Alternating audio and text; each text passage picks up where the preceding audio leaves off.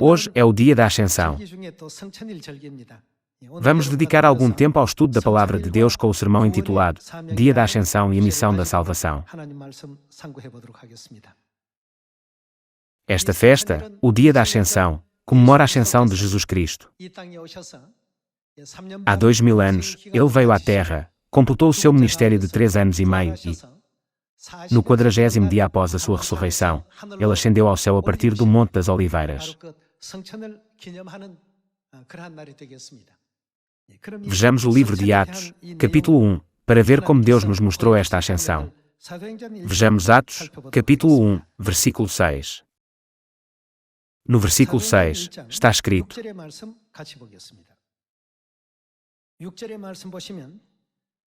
Então, os que estavam reunidos lhe perguntaram: Senhor, será este o tempo em que restaures o reino a Israel?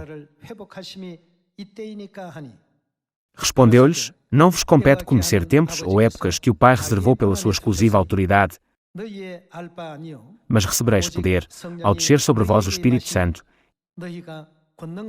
e sereis minhas testemunhas tanto em Jerusalém como em toda a Judeia, Samaria e até aos confins da terra.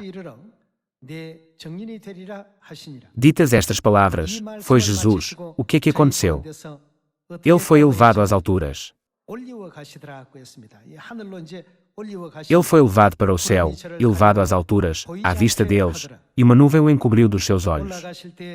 E, estando eles com os olhos fitos no céu, enquanto Jesus subia, eis que 2 varões vestidos de branco se puseram ao lado deles e lhes disseram: Varões galileus, porque estáis olhando para as alturas?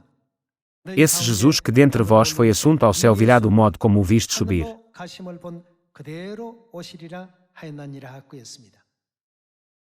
O dia da Ascensão, que celebramos hoje, é a festa que comemora a ascensão de Cristo. Cristo deu-nos um exemplo através da sua própria ascensão. Está profetizado que, uma vez que ele ascendeu em carne e osso na sua primeira vinda, ele certamente viria novamente em carne e osso na sua segunda vinda. Além disso, Cristo exortou-nos a pregar o Evangelho na Samaria e até aos confins da terra.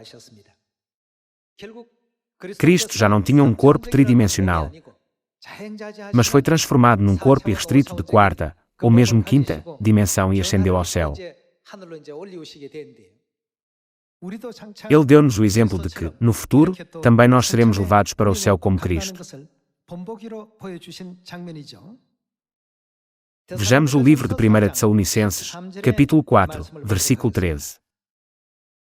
Não queremos, porém, irmãos, que sejais ignorantes com respeito aos que dormem, para não vos entristecerdes como os demais, que não têm esperança.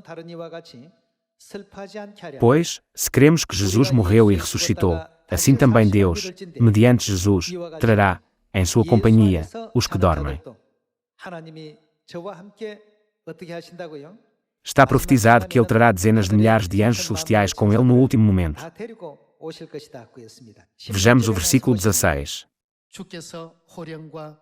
Porquanto o Senhor mesmo, dada a sua palavra de ordem, ouvida a voz do arcanjo, e ressoada a trombeta de Deus, descerá dos céus, e os mortos em Cristo ressuscitarão primeiro. Depois, nós, os vivos, os que ficarmos, seremos. O que é que nos vai acontecer? Vamos ser arrebatados juntamente com eles, entre nuvens, para o encontro do Senhor nos ares. E, assim, estaremos para sempre com o Senhor. Consolai-vos, pois, uns aos outros com estas palavras.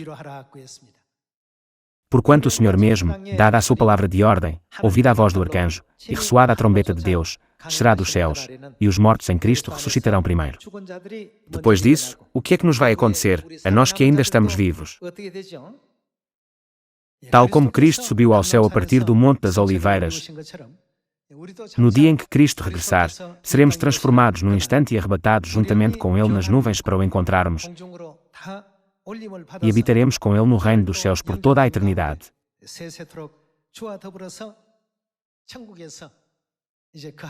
Deus transmite-nos esta mensagem de esperança através da Bíblia. Não percamos a esperança. Por mais difícil, árdua e pesada que seja a nossa vida nesta terra, não estará cada vez mais próximo o dia em que entraremos no reino eterno dos céus.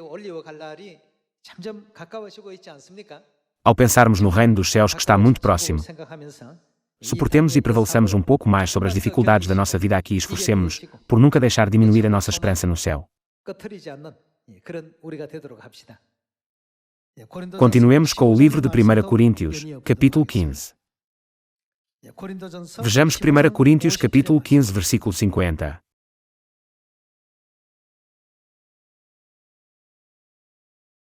Isto afirmo, irmãos, que a carne e o sangue não podem herdar o reino de Deus, nem a corrupção herdar a incorrupção. Eis que vos digo um mistério, nem todos dormiremos, mas transformados seremos todos, no momento, no abrir e fechar de olhos, ao ressoar da última trombeta. A trombeta soará, os mortos ressuscitarão incorruptíveis, e nós seremos transformados. Porque é necessário que este corpo corruptível se revista da incorruptibilidade, e que o corpo mortal se revista da imortalidade. E, quando este corpo corruptível se revestir de incorruptibilidade, e o que é mortal se revestir de imortalidade, então, se cumprirá a palavra que está escrita, tragada foi a morte pela vitória. Onde está, ó morte, a tua vitória? Onde está, ó morte, o teu aguilhão? O aguilhão da morte é o pecado, e a força do pecado é a lei. Graças a Deus, que nos dá a vitória por intermédio de nosso Senhor Jesus Cristo. Portanto, meus amados irmãos, sede firmes, inabaláveis e sempre abundantes na obra do Senhor, sabendo que, no Senhor, o vosso trabalho não é vão. As palavras de 1 Coríntios capítulo 15 e 1 Tessalonicenses capítulo 4 que lemos anteriormente revelam, em última análise, a santa vontade de Deus para nós. Tal como Cristo subiu ao céu a partir do Monte das Oliveiras, também nós seremos transformados em corpos espirituais no instante seremos arrebatados nas nuvens para nos encontrarmos com o Senhor. No final, desfrutaremos da vida eterna e das bênçãos para todo o sempre. Então, como será a nossa vida depois de regressarmos ao nosso lar celestial, o reino celestial eterno? Vocês não têm curiosidade? Passemos ao livro do Apocalipse, capítulo 21. Vejamos o capítulo 21, versículo 1. Vi novo céu e nova terra, pois o primeiro céu e a primeira terra passaram, e o mar já não existe. Um mundo novo e eterno desenrolar-se adiante dos nossos olhos. Que tipo de mundo é este novo mundo? Passemos ao versículo 4. E lhes enxugará dos olhos toda lágrima, e a morte já não existirá. Deus eliminou a morte no novo céu e na nova terra, ou seja, no reino eterno dos céus para onde vamos. Não haverá mais, já não haverá luto, nem pranto, nem dor. Pensem em todos os sofrimentos, preocupações, ansiedades, doenças e dores. Está escrito que não haverá mais destas coisas. Nunca mais as voltaremos a experimentar, embora as enfrentemos muitas vezes nesta terra. Não haverá mais destas coisas no céu, porque as primeiras coisas passaram. Como nós vamos ascender a este novo mundo, Deus condensou a alegria e a glória do reino celestial na sua palavra, para que a possamos compreender mais facilmente.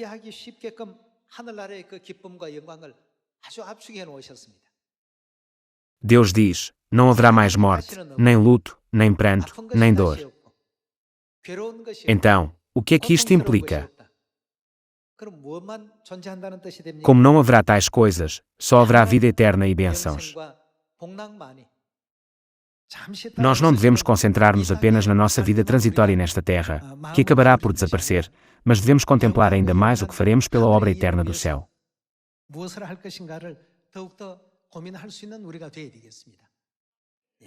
Por esta razão, qual foi o pedido de Cristo em Atos capítulo 1 quando ascendeu ao céu? Sede minhas testemunhas, em Samaria e até aos confins da terra. Não foi isso que ele pediu. Também nesta época do Espírito Santo, todos nós devemos esforçar-nos para espalhar a glória do Pai Celestial Cristo Ansanrom e da Mãe Celestial Nova Jerusalém no mundo inteiro. Hoje, examinemos brevemente a história do Antigo Testamento relativamente ao dia da Ascensão. Vamos ao capítulo 19, versículo 1, de Êxodo. No terceiro mês da saída dos filhos de Israel da terra do Egito. Na Bíblia inglesa, está claramente escrito como o primeiro dia do terceiro mês.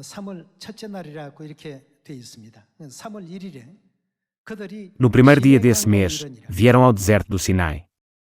Tendo partido de Refidim, vieram ao deserto do Sinai, no qual se acamparam. Ali, pois, se acampou Israel em frente do monte. Subiu Moisés a Deus, e do monte o Senhor o chamou e lhe disse: Assim falarás à casa de Jacó e anunciarás aos filhos de Israel.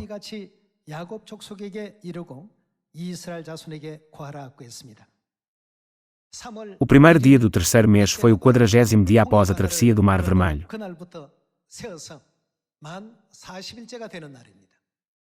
Neste 40º dia, Moisés recebeu o chamamento de Deus e subiu ao monte Sinai para receber a vontade de Deus. Depois, 10 dias mais tarde, no dia de Pentecostes, ele subiu novamente ao monte Sinai para receber oficialmente os 10 mandamentos. Este acontecimento da subida ao monte Sinai no 40º dia, nos tempos do Antigo Testamento, serve de sombra. Ele mostra como Cristo ascenderia ao céu no 40º dia depois de ter ressuscitado dos mortos. Nos tempos do Antigo Testamento, Moisés dirigiu-se a Deus, que lhe disse: Adverte que o povo não se aproxime deste monte. Todas as pessoas devem ser consagradas. Devem lavar as suas roupas e esperar pela vontade de Deus. Desta forma, tendo recebido várias indicações de Deus, ele desceu a montanha e, no 50º dia, voltou a subir. Depois de passar 40 dias em jejum e oração no Monte Sinai, recebeu as primeiras tábuas de pedra dos 10 mandamentos e trouxe-as para baixo. Todas as obras de Moisés estão significativamente relacionadas com as festas que nós celebramos. Tal como o dia em que subiu pela primeira vez ao Monte Sinai para se encontrar com Deus foi o 40º dia depois de atravessar o Mar Vermelho. Jesus Cristo subiu ao céu no 40º dia depois de ter ressuscitado e saído do túmulo.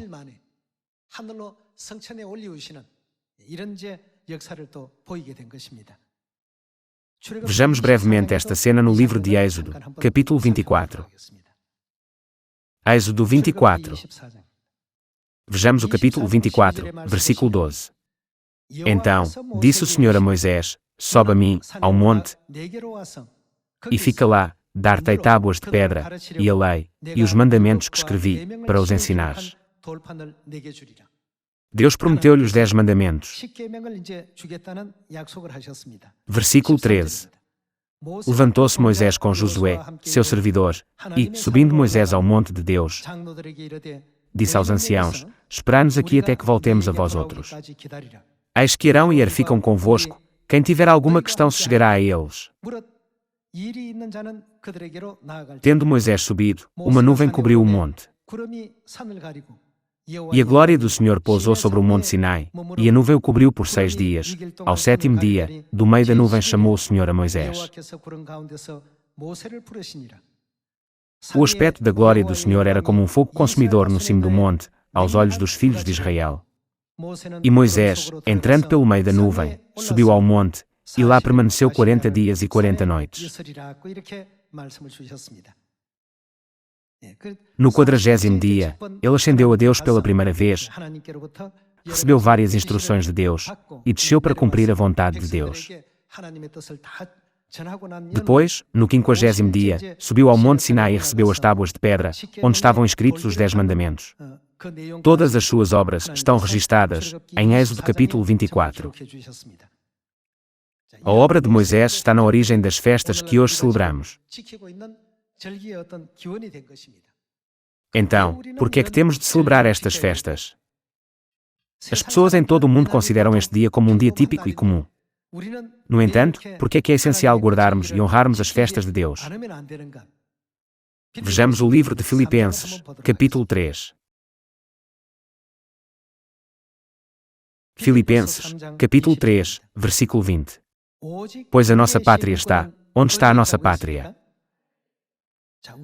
Diz que a nossa pátria não é esta terra, mas sim o reino dos céus, de onde também aguardamos o Salvador, o Senhor Jesus Cristo, o qual transformará o nosso corpo de humilhação, para ser igual ao corpo da sua glória, segundo a eficácia do poder que ele tem de até subordinar a si todas as coisas.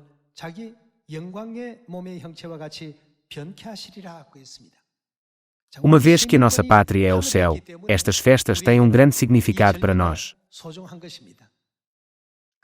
Isto deve-se ao facto de, nestas festas, se encontrarem todas as verdades que Deus preparou para a salvação da humanidade. Ele não subiu ao céu no 40º dia após a sua ressurreição sem qualquer motivo. Pelo contrário, era para cumprir e completar todas as profecias sobre as festas. Foi por isso que ele subiu ao céu no 40º dia após a sua ressurreição, e, no 50º dia, concedeu o Espírito Santo da chuva temporã a todos os santos da Igreja primitiva. Alguns poderão pensar, o que é que isto tem a ver comigo?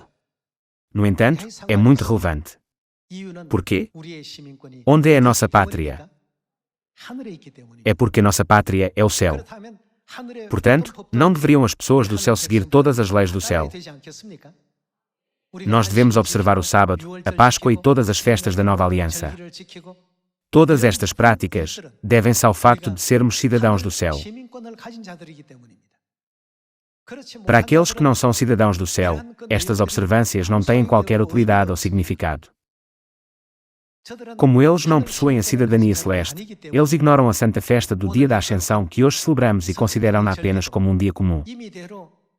Não é verdade?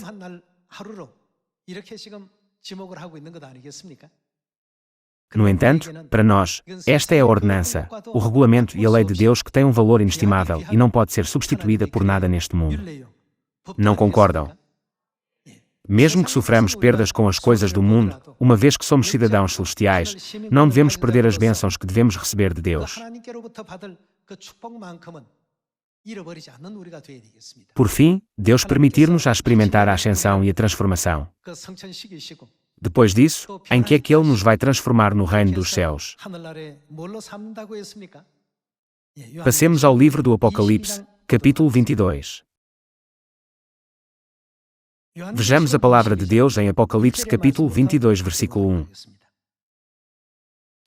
Então, me mostrou o rio da água da vida, brilhante como cristal, que sai do trono de Deus e do Cordeiro.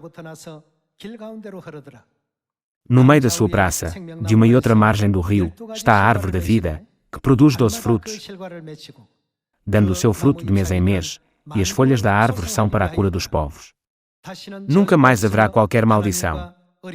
Nela estará o trono de Deus e do Cordeiro. Os seus servos o servirão, contemplarão a sua face, e na sua fronte está o nome dele. Então, já não haverá noite, nem precisam eles de luz de candeia, nem da luz do sol, porque o Senhor Deus brilhará sobre eles, e reinarão pelos séculos dos séculos.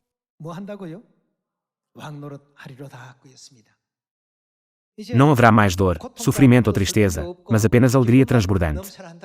Num mundo tão maravilhoso, Deus preparou um lugar de glória para nós, seus filhos. É por isso que Ele nos concedeu a cidadania celestial. Todos acreditam em todas as palavras aqui registadas. Uma vez que recebemos tanta graça e bênçãos de Deus através da verdade da nova aliança, não podemos, sem dúvida, renunciar a esta posição. As pessoas encaram a perda do seu papel de gestor ou de administrador de uma empresa como um problema grave. No entanto, elas permanecem indiferentes ao facto de perderem a posição de sacerdotes reais no reino dos céus. Elas são verdadeiramente desafortunadas. Tudo neste mundo visível é temporário. É absolutamente crucial que nos concentremos nos assuntos celestiais. Se os nossos olhos espirituais permanecerem fechados para estas questões, por outras palavras, se nos encontrarmos numa posição de cegos, então, não teremos outra escolha senão agir em conformidade, uma vez que não podemos compreender plenamente o que é verdadeiramente valioso e importante. Irmãos e irmãs, nós somos cidadãos do céu. O que é que devemos fazer com os mandamentos de Deus? Nós devemos aderir absolutamente a eles e ter uma fé inabalável na promessa de Deus. Serás abençoado quando entrares e abençoado quando saíres. Acreditemos firmemente nesta promessa. Foi assim que o apóstolo Paulo conseguiu suportar tantas dificuldades. Se ele se tivesse concentrado apenas nos desejos mundanos, na riqueza e na glória, uma vez que já tinha adquirido muito, a sua família era rica, a sua linhagem era estimada e a sua proeza académica era notável, talvez ele não tivesse escolhido o caminho do sofrimento ao lado do povo de Deus. No entanto, como ele sonhava com o eterno reino dos céus, ele declarou: independentemente do tratamento que eu receber neste mundo tridimensional e físico, não perderei as coisas celestiais. É como Jacó, que suportou a dor da deslocação da anca, e, no entanto, disse: não te deixarei ir se não me abençoares. Se me abençoares, largarei a tua mão. Por favor, abençoa-me. Qual é o teu nome? Jacó, respondeu ele. O teu nome já não será Jacó, mas Israel. Não lhe foi até mesmo concedido o nome que significa que ele lutou com Deus e venceu. Irmãos e irmãs, se nos tornarmos espiritualmente cegos e não conseguimos ver claramente a glória radiante do céu, podemos perguntar-nos: devo concentrar-me mais nisto? Ou devo concentrar-me nisso? Desta forma, podemos pesar constantemente a nossa fé e as nossas preocupações mundanas. No entanto, não há necessidade disso. Onde está a nossa pátria? Se está no céu, então tudo o que precisamos de fazer é percorrer todos os caminhos como pessoas celestiais. Ao fazer isso, todas as bênçãos preparadas seguirão naturalmente os passos do povo celestial. Por favor, acreditem absolutamente nestes factos. Vejamos o pedido de Deus no capítulo 28 de Mateus. Mateus, capítulo 28, versículo 18. Vejamos o versículo 18. Jesus, aproximando-se, falou-lhes, dizendo: toda a autoridade me foi dada no céu e na terra. Ide, portanto, fazei discípulos de todas as nações, batizando-os em nome do Pai, e do Filho, e do Espírito Santo, ensinando-os a guardar todas as coisas que vos tenho ordenado. E eis que estou convosco todos os dias até à consumação do século. Ele pediu-nos que não guardássemos para nós tudo o que ouvimos, vimos e aprendemos dele, mas que o divulgássemos fielmente a todos os povos em Samaria e até aos confins da terra. Depois de nos ter feito este pedido, ele subiu ao céu. Estas foram as suas últimas palavras nesta terra. Na época do Espírito Santo, quando o Pai veio a esta terra, estas foram as suas últimas palavras: chegou o momento. Pregai com diligência. Não há mais nada a fazer senão pregar. Ele deixou-nos este último pedido. Quando se comparam os acontecimentos da sua primeira vinda com os da sua segunda vinda, tudo se alinha perfeitamente. O que ele fez na sua primeira vinda foi o mesmo que ele fez na sua segunda vinda. Ao celebrarmos hoje o dia da Ascensão, o que é que devemos fazer nesta terra? Será que vamos negligenciar a ordem do Pai? Ou será que vamos apreciar a sua ordem? Como cidadãos celestiais, nós temos de reconhecer corretamente as nossas responsabilidades e missões, para que possamos dar muita glória e louvor a Deus durante o resto das nossas vidas como testemunhas da nova aliança. Pedindo-vos que vos torneis fiéis testemunhas do Pai e da Mãe Celestiais, eu gostaria de concluir o sermão desta tarde. Muito obrigado.